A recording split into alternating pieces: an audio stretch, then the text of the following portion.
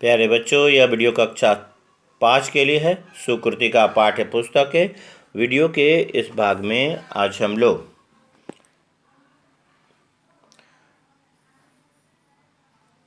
Lesson 20 के बारे में जानेंगे। विंशः पाठ।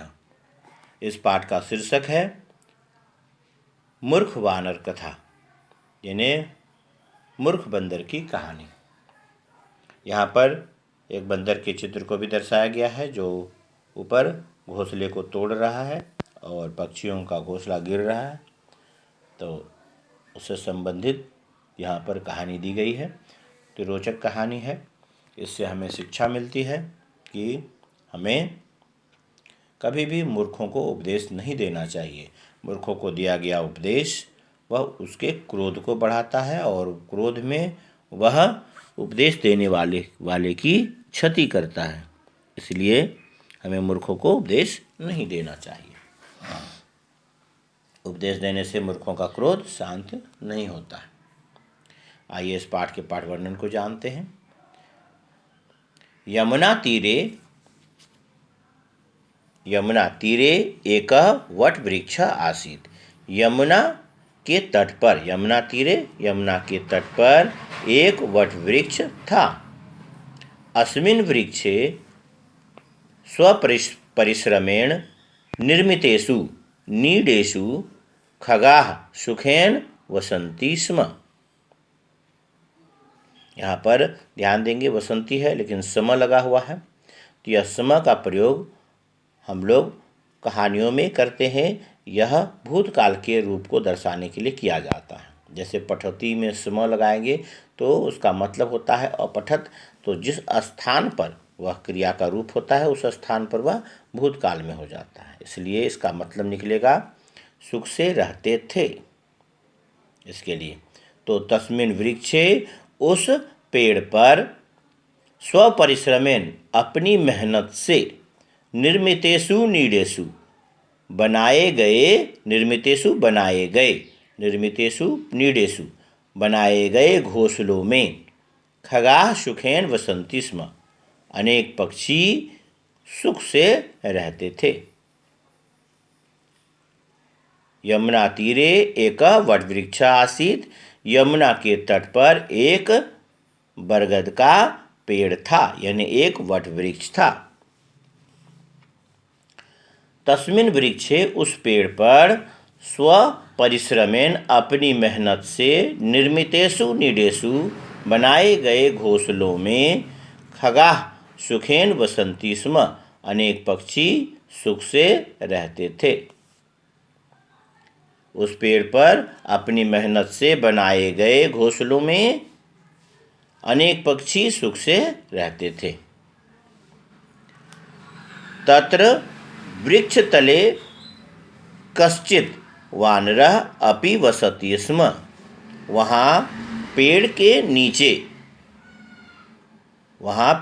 नीचे कोई बंदर भी रहता था। तत्र वृक्षतले कश्चित् वानरः अपि वसति स्म। वहाँ पेड़ के नीचे कोई बंदर भी रहता था। एकदा वानरः वृष्टिजलेन आर्द्रः, अतीव आर्द्रः। एक बार बंदर वर्षा के जल से, वृष्टिजलेन वर्षा के जल से, अतीव आर्द्रः बहुत ही भीग गया। कंपितः च अभवत्, और कांपने लगा। एकदा वानरः वृष्टिजलेन अतीव आर्द्रः कंपितः च अभवत्। एक बार बंदर वर्षा के जल से बहुत ही भीग गया और कांपने लगा। कंपितः च, और कांपने लगा, यानी कंपित हो गया, यानी और कांपने लगा। खगाः शीतेन कंपमानं तं वानरम् अवदन्। सभी पक्षी शीतेन ठंड से, कंपमानं कांपते हुए, सभी पक्षी ठंड से कांपते हुए उस बंदर को बोले। खगा शीतेन कंपमानम तम वानरम अवदन। सभी पक्षी ठंड से कांपते हुए उस बंदर को बोले, भो वानर त्वम कष्टम अनुभवसि। हे बंदर, तुम कष्ट का अनुभव करते हो। तत्कथम गृहस्य निर्माणम न करोसि। तब कैसे घर का निर्माण नहीं करते हो। कथम का मतलब कैसे होता है, यानी कैसे, यानी किस प्रकार से। तब किस प्रकार से घर का निर्माण नहीं करते हो, कहने का अर्थ यहाँ पर क्यों है, लेकिन कथम कहा गया है, इसलिए कथम का मतलब कैसे होगा। तब कैसे घर का निर्माण नहीं करते हो। भो वानरा, हे बंदर, त्वम कष्टम अनुभवसि, तुम कष्ट का अनुभव करते हो। तत्कथम गृहस्य निर्माणम न करोसि, तब कैसे घर का निर्माण नहीं करते हो। इसके बाद कहता है वह सह, कहा गया है सह वानर एतत् श्रुत्वा औचिंतयत्। वह बंदर यह सुनकर सोचा, अहो एते क्षुद्रा खगा माम निंदन्ति। ओह, यहाँ पर ओह कहेंगे क्योंकि वह उसने सोचा, क्षोभ हुआ, गुस्सा हुआ है, तो ओह, तो ओह ये सभी छोटे पक्षी मेरी निंदा करते हैं, यानी मेरा उपहास करते हैं। एतत् श्रुत्वा स वानरा एतत् श्रुत्वा अचिंत्यत। वह बंदर यह सुनकर सोचा, अहो एते क्षुद्रा खगाः माम निंदन्ति। ये सब छोटे पक्षी मेरी निंदा करते हैं, यानी मेरा ये सब छोटे पक्षी मेरा उपहास करते हैं। निंदा करना, उपहास करना, निंदन्ति निंदा करते हैं। अतः स वानरः क्रोधेन खगानां नीडानि वृक्षात् अधः अपातयत्। अतः वह बंदर गुस्से से पक्षियों के घोंसलों को पेड़ से नीचे गिराया, यानी पेड़ से नीचे गिरा दिया, अपातयत् गिरा दिया। अतः स वानरः, अतः वह बंदर क्रोधेन खगानां नीडानि, वह बंदर गुस्से से पक्षियों के घोंसलों को वृक्षात् अधः पेड़ से नीचे अपातयत् गिरा दिया, अनाशयत् च और नष्ट कर दिया। नश्य मतलब नष्ट होना और नाशयत मतलब नष्ट करना। अपातयत् अनश्यत च, गिरा दिया और नष्ट कर दिया। अतः वह बंदर गुस्से से पक्षियों के घोंसलों को पेड़ से नीचे गिरा दिया और नष्ट कर दिया। अतः सह वानरः क्रोधेन खगानां नीडानि वृक्षात् अधः अपातयत् अनाशयत् च। नीडैः सह खगानां अंडानि अपि नष्टानि जातानि। घोंसलों के साथ पक्षियों के अंडे भी नष्ट हो गए। नीडैः सह खगानां अंडानि, घोंसलों के साथ पक्षियों के अंडे अपि भी, घोंसलों के साथ पक्षियों के अंडे भी नष्टानि जातानि, नष्ट हो गए। उक्तम च, और कहा गया है, उपदेशो हि मूर्खाणां परोपकाराय न शान्तये। उपदेश से मूर्खों का क्रोध बढ़ता है, शांत नहीं होता है। अर्थात उपदेश देने से मूर्खों का क्रोध, यानी उपदेश देने से मूर्खों का क्रोध शांत नहीं होता। अगर मूर्खों को उपदेश दिया जाए तो उनका गुस्सा बढ़ता है, वह शांत नहीं होता। ऐसा इस पाठ का जो है पाठ की शिक्षा है जो हमें ध्यान में रखनी चाहिए। इस पाठ का पाठ वर्णन एक बार पुनः सुन लें, जो आपको अच्छी तरह से उम्मीद करता हूँ समझ में आ गया होगा, फिर भी रिवाइज कर लेंगे।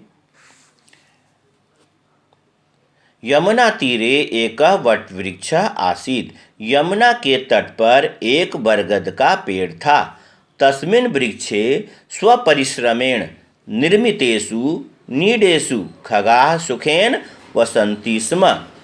उस पेड़ पर अपनी मेहनत से बनाए गए घोंसलों में अनेक पक्षी सुख से रहते थे। तत्र वृक्षतले कश्चित् वानरः अपि वसति स्म। वहाँ पेड़ के नीचे कोई बंदर भी रहता था। एकदा वानरः वृष्टिजलेन अतीव आर्द्रः कंपितः च अभवत्। एक बार बंदर वर्षा के जल से बहुत ही भीग गया और कांपने लगा। खगाः शीतेन कंपमान तम वानरम अवदन्। सभी पक्षी ठंड से कांपते हुए उस बंदर को बोले, भो वानरः त्वं कष्टम अनुभवसि। हे बंदर, तुम कष्ट का अनुभव करते हो।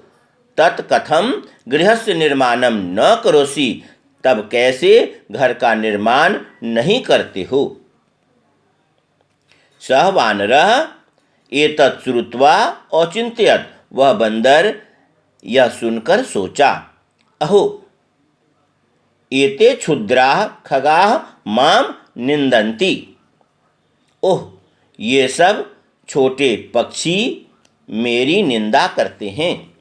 अतः स वानरः क्रोधेन खगानां नीडानि वृक्षात् अधः अपातयत् अनाशयत् च।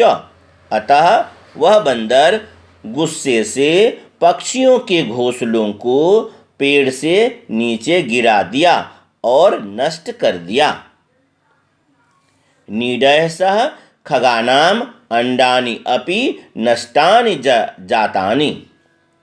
घोंसलों के साथ पक्षियों के अंडे भी नष्ट हो गए।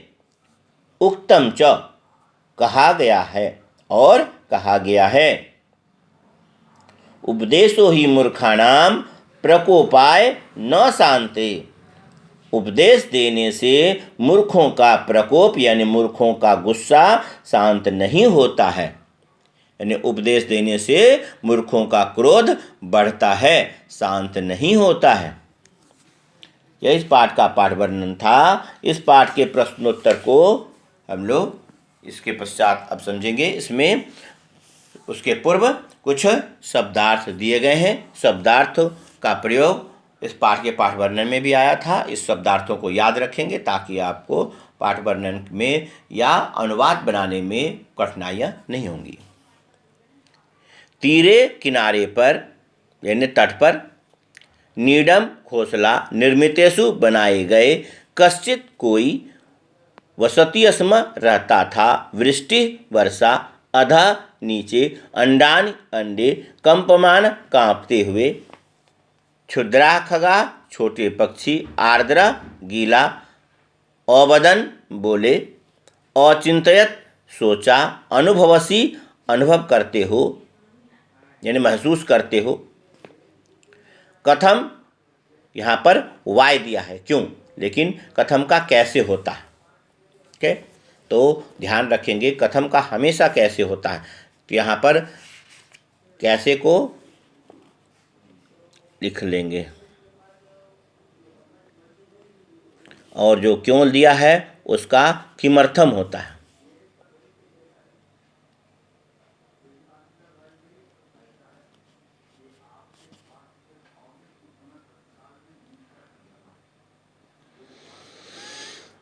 ठीक है, तो ध्यान में रखेंगे।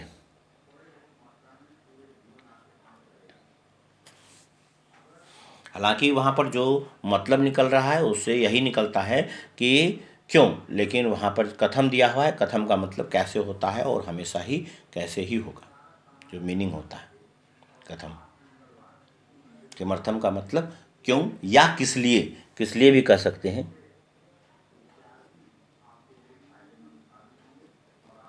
तो उस व्यू से कथम कहा गया है, लेकिन यहाँ पर किमर्थम होना चाहिए उस जगह पर। या तो इधर में सही कर लेंगे, यहाँ पर सही नहीं करेंगे, या लेसन का पार्ट है, यहाँ पर किमर्थम कह देंगे, तब क्यों हो जाएगा। तत किमर्थम गृहस्य निर्माणम न करोसि, तब सही होगा। तब क्यों घर का निर्माण नहीं करते हो, ऐसे कह सकते हैं।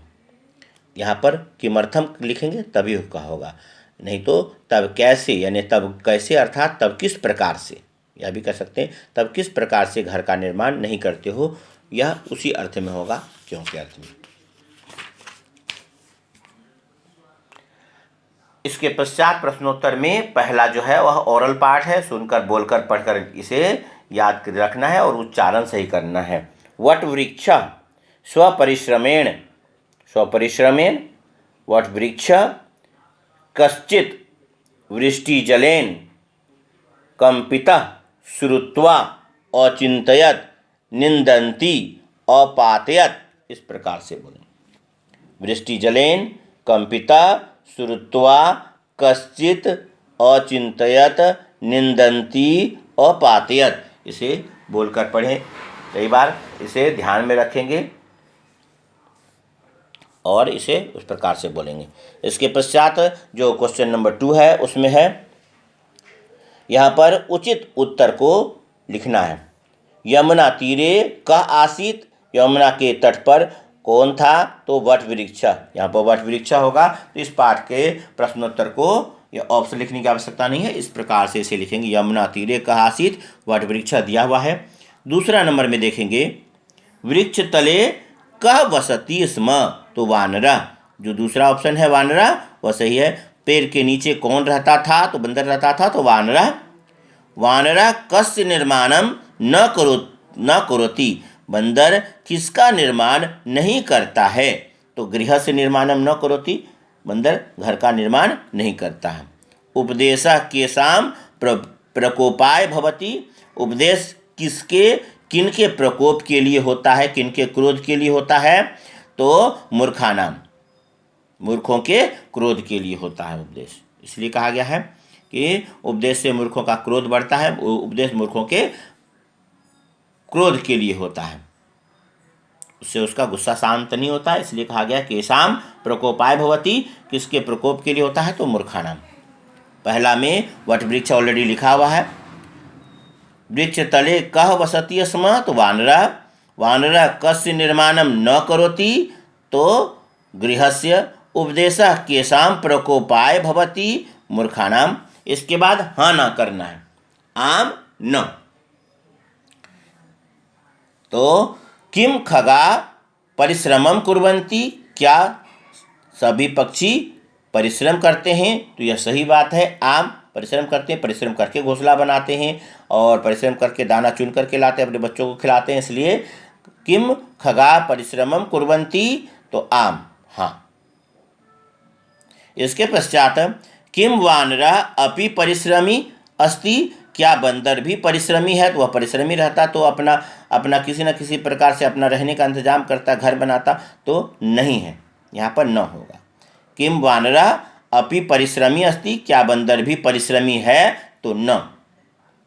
किम पाठे खगा वानरम उपदिशन्ति, क्या पाठ में सभी पक्षी बंदर को उपदेश देते हैं, तो उपदेश दिया था उन लोगों ने, आम हाँ उपदेश देते हैं।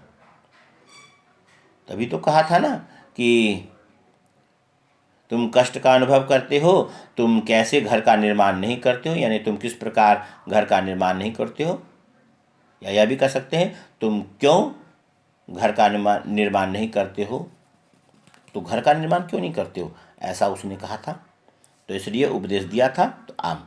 किम पाठे खगाः वानरम उपदिशन्ति आम। किम मूर्ख वानरा उपदेशेन शांता भवति, क्या मूर्ख बंदर उपदेश से शांत होता है? तो वह गुस्से में आ जाता है, तो न।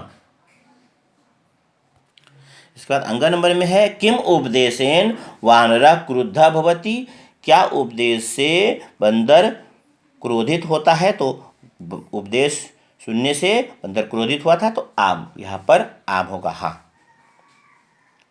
तो किम खगाः परिश्रमं कुर्वन्ति आम, क्या पक्षी परिश्रम करते हैं? तो आम। किम वानरः अपि परिश्रमी अस्ति, क्या बंदर भी परिश्रमी है? तो न। किम पाठे खगाः वानरम उपदिशन्ति, क्या पाठ में पक्षी बंदर को उपदेश देते हैं? तो आम। किम मूर्ख वानरः उपदेशेन शांता भवति, तो न। किम उपदेशेन वानरः क्रुद्धः भवति, क्या उपदेश से बंदर क्रोधित होता है? तो आम। इसके बाद चौथा नंबर जो है वह कहानी का भाग है और उसमें जो चित्र दिया हुआ है उन चित्रों के बदले वहाँ पर शब्द लिखने हैं। चित्रों को देखकर उन पंक्तियों को भरना है और उसे आप शब्द के रूप में लिखेंगे। यमुना तीरे, वहाँ पर जो चित्र दिया है, एकः वट वृक्ष अस्ति, यमुना के तट पर एक वट वृक्ष है, अस्ति। वृक्षे खगाः, घोंसले का चित्र दिया हुआ है। अनेक पक्षी अनेक घोंसलों में रहते हैं, इसलिए यहाँ पर नीडम होना चाहिए, लेकिन यहाँ पर नीडेषु लिखेंगे। वृक्षे खगाः नीडेषु वसन्ति, हो जाएगा वृक्षे खगाः नीडेषु वसन्ति। तत्र, वहाँ पर एक बंदर बैठा हुआ है। तत्र एकः वानरः अपि वसति, तो वहाँ पर एकः वानरः लिख लेंगे। सः एकदा वृष्टिजलेन, तो वृष्टिजलेन ऑलरेडी लिखा हुआ है, यह शब्द लिखा हुआ है लाल रंग से। आर्द्रः कंपितः च भवति, वह एक बार वर्षा के जल से भीग गया और कांपने लगा।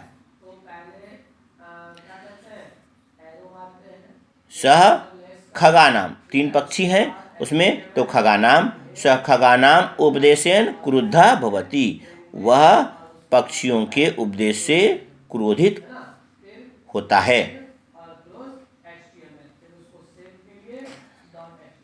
वह एक बार वर्षा के जल से भीगता है और भीग गया और कांपने लगता है। तो सह खगानाम उपदेशेन क्रुद्धः भवति, वह उपदेश से क्रोधित होता है। खगानाम अंडानि अपि नष्टानि भवन्ति, तो वहाँ पर अंडे का चित्र है, तो अंडानि हो जाएगा। खगानाम अंडानि, पक्षियों के अंडे भी नष्ट होते हैं। तो इस प्रकार से इसे पूरा करेंगे। एक बार पुनः सुन लें। यमुना तीरे एकः वट वृक्ष अस्ति, यमुना के तट पर एक वट वृक्ष है। वृक्षे खगाः नीडेषु वसन्ति, वृक्ष पर पक्षी घोंसलों में रहते हैं, नीडेषु हो जाएगा। और तत्र एकः वानरः अपि वसति, वहाँ एक बंदर भी रहता है। सः एकदा वृष्टिजलेन आर्द्रः कंपितः च भवति, वह एक बार वर्षा के जल से भीग गया और कांपने लगता है, भीग जाता है, कांपने लगता है। सः खगानाम उपदेशेन क्रुद्धः भवति, तीन पक्षी की जगह में खगानाम हो जाएगा। खगानाम अंडानि अपि नष्टानि भवन्ति, पक्षियों के अंडे भी नष्ट होते हैं।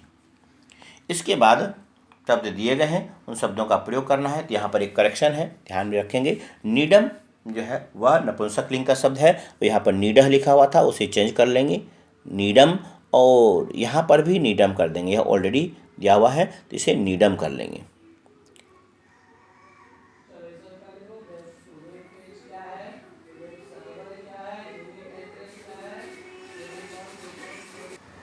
तो इसे करेक्ट कर लेंगे, नीडम करेंगे, और यहाँ पर ऐसा की जगह एतत् हो जाएगा और नीडम अस्ति। तो प्रश्न इस प्रकार से बनेगा, एतत् नीडम अस्ति। यह प्रश्न वाला पार्ट भी करेक्ट कर लेंगे और यह आंसर वाला पार्ट भी ऑलरेडी दिया हुआ है, ना कि उसमें नीडम कर लेंगे। तो एतत यह त है, ध्यान देंगे, त है, यह भी त है। एतत नीडम अस्ति, यह घोंसला है। अत्र अंडानि सन्ति, यहाँ अंडे हैं। तो घोंसले में चित्र में देख रहे हैं अंडे हैं, तो अत्र अंडानि सन्ति, यहाँ अंडे हैं। एक पक्षी है, खगः अंडानि रक्षति, पक्षी अंडों की रक्षा करता है। तो खगः यहाँ पर हो जाए, यहाँ पर नीडम पहला और यहाँ पर अंडान, यहाँ पर खगः। तो नीडह नहीं होता है, कहीं पर भी नहीं देखेंगे क्योंकि नीडम होता है। दूसरा नंबर है यह चित्र, इस चित्र के अनुसार से इस वर्णन को पूरा करना है। तो एषः मयूरः होगा, अस्ति यह मोर है, सः वर्षा काले नृत्यति, वह वर्षा के समय में नाचता है, नाच भी रहा है। तो सः वर्षा काले नृत्यति, वह वर्षा के समय में नाचता है। मयूरः राष्ट्र पक्षी अस्ति, भारत का राष्ट्र पक्षी है, तो मयूर राष्ट्र पक्षी है। तो चित्र वर्णन चित्र के अनुसार से वाक्यों को पूरा करना है। तो पहला यह करेक्शन करने के पश्चात से लिखेंगे एतत् नीडम अस्ति, यह घोंसला है। अत्र यहाँ पर करेक्शन कर लेंगे, अवश्य करेंगे। यह नीडम के लिए एतत् होता है, ऐसा का प्रयोग नीडह के लिए होता, लेकिन नीडह नपुंसक लिंग का शब्द है, इसलिए यहाँ पर नीडम होगा, तो इसे भी करेक्ट करना होगा। एतत् नीडम अस्ति, यह घोंसला है। अत्र अंडानि सन्ति, यहाँ अंडे हैं। खगः, यह खगः यहाँ बढ़ा जाएगा, खगः अंडानि रक्षन्ति, बाकी सब सही है, एक इसमें करेक्शन की जरूरत है। इसके बाद यहाँ पर एषः मयूरः अस्ति, यह मोर है। स वर्षा काले, यहाँ वर्षा काले होगा, और यहाँ पर राष्ट्र पक्षी हो जाएगा। इस प्रकार से अपनी सुविधा के अनुसार से इस वीडियो को देखें, सुने, समझे, रिपीट करें, दोस्तों में शेयर करें। और पाठ के इस वर्णन को आप यहाँ पर मैंने थोड़ा देर के लिए रोक दिया है, आप इसे रोक भी सकते हैं अपने मोबाइल में, और इसे आप लिखकर याद करेंगे, अपने CWSW कॉपी में लिखें। यही पाठ वर्णन मैंने वहाँ पर हिंदी के अर्थ के साथ में आपको समझाया है। आपका दिन शुभ हो, धन्यवाद।